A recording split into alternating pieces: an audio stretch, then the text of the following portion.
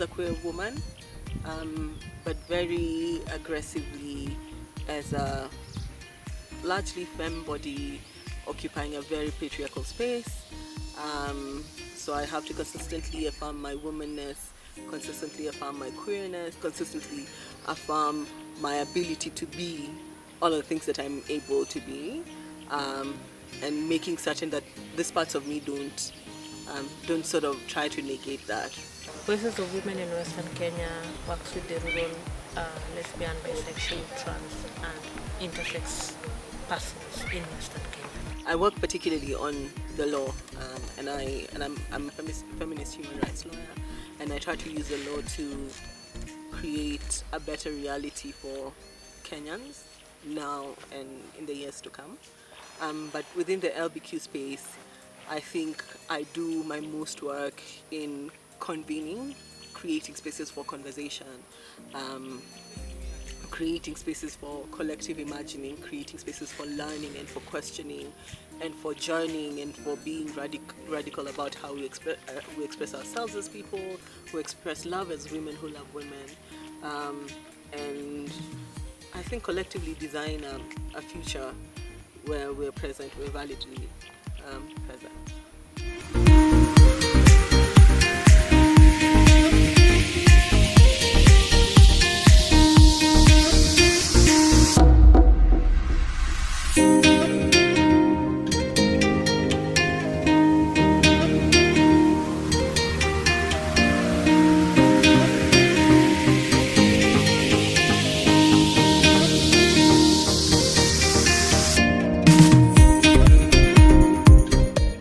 What I do and why I do it is because as a queer woman, there's been a lot of challenges that we're facing, and this including security and violations and discrimination. And it is because of that I chose this path to be able to assist and lead other queer women from within the region. Basically, we fight for the rights of LBQ women, both health-wise, and also we look out for their security and economic empowerment, because for us as LBQ women, many are the times that we don't get employment like other people because of how we present. Basically, what we do is to amplify the voices of the rural women who are not being heard, and due to a lot of stereotypes through culture and tradition, there's a lot of stigma and there's that fear of coming out from the rural person, LBQ person. I do what I do because to me it's personal, and I would like for every LBQ person in Kenya to have a chance to just be who they are and access basic information and access services.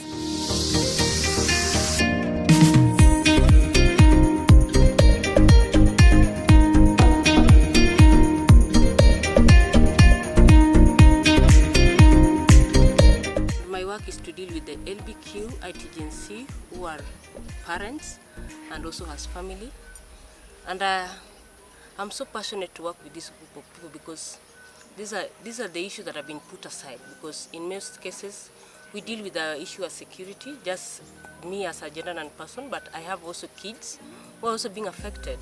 There are also kids also being stigmatized the same way I do. We also have these kids who are going to school in the public schools or other schools, they meet with other families, and at school they're being taught something different about family, which does not align with the kind of family that they're staying with. And so I'm passionate to do about this work because there's so many kids who are being raised by the gay parents, LBQ parents, people are co-parenting, there are those people who co-parent between the heterosexual and the homosexual, and still at the end of the day, what you call family depends with the individual. So since that our constitution is forcing us to say that family is all about man and woman, so we are also there to say that a family is also men or women. We also have single parents, and so that's why even in our work we, as Coast Women for Women, we advocate for family diversity. Rainbow of Kenya is basically an LBQ-led human rights organization that works towards championing for socio-economic, health and legal rights for lesbian, bisexual and queer women.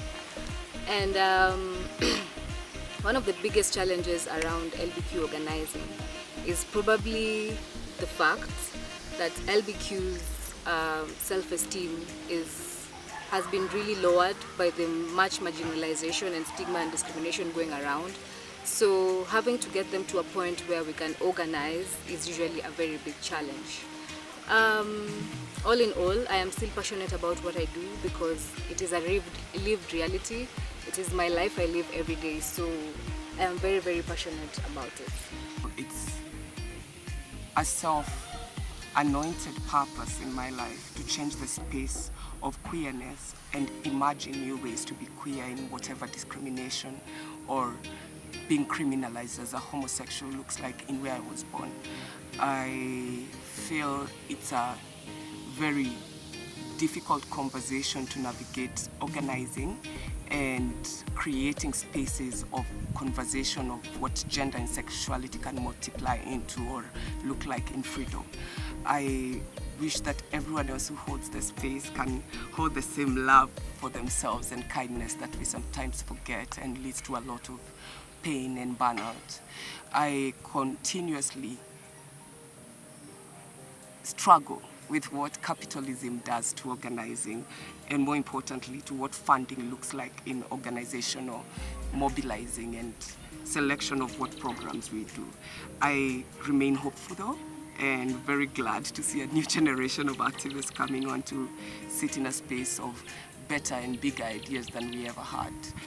The challenges that we face mostly range from our security issues, the environment where we come from, the cultural practices and the laws or rules of the country. And also we have challenges in terms of organizing, the donor funding, just to mention but a few. We get to be violated, and also the religion and culture of Kilifi being part of the coast region in Kenya, and there's a lot of culture and religion that tends to block the queer woman from being who she, he or they are as a person or individual. So I do this because of to be the voice of other queer women from the region, and also get to create a space whereby queer women can feel comfortable being part of the society, and also that as queer women, what comes first is that we are women first, so our identity should not block who we are. Yeah, and the work that we do there is to create a safe space for LBQ persons so that they can have a place where they can be empowered. And currently the challenge is there is no enough funding to do LBQ activities that can uplift LBQ persons. And my wish for the future is that we need more support to grow the LBQ movement and to create more visibility of LBQ. And also we want the world to know that as LBQ person, we are just normal people. Yeah, it's not like we are weird, we are just your family. Yeah, and we should be supported. Yeah.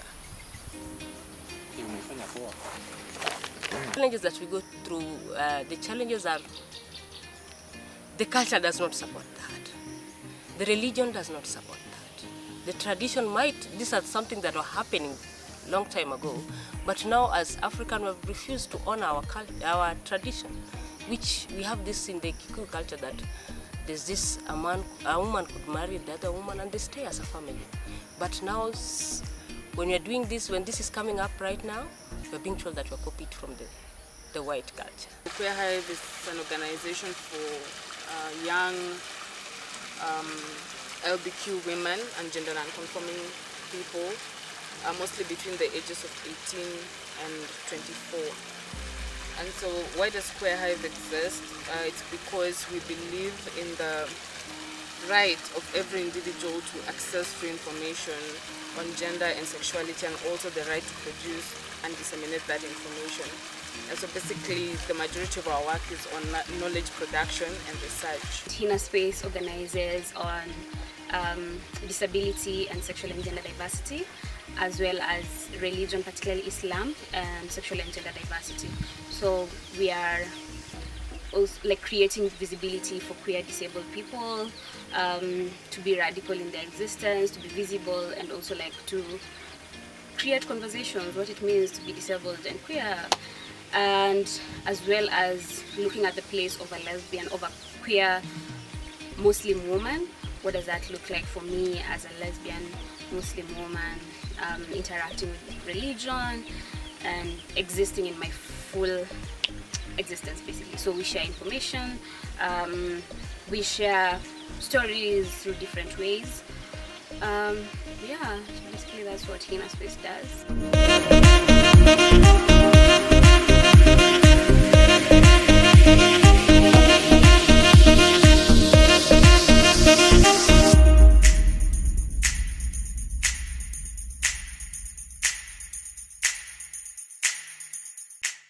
For me, I just want to encourage LBQ women, LBQ persons, that there is a movement, like our existence and how we push back on systems of oppression, like that is a movement. And we as LBQ people organizing, we're really ready to support one another.